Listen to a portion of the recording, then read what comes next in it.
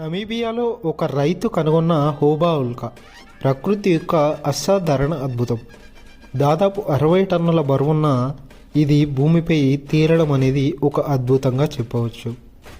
మరి ఇది ప్రత్యేకంగా ఆకర్షించే విషయం ఏమిటంటే దాని అపారమైన పరిమాణం ఉన్నప్పటికీ అది 80,000 సంవత్సరాల క్రితం మన గ్రహం మీద పడినప్పుడు ఎటువంటి ప్రభావం లేదు.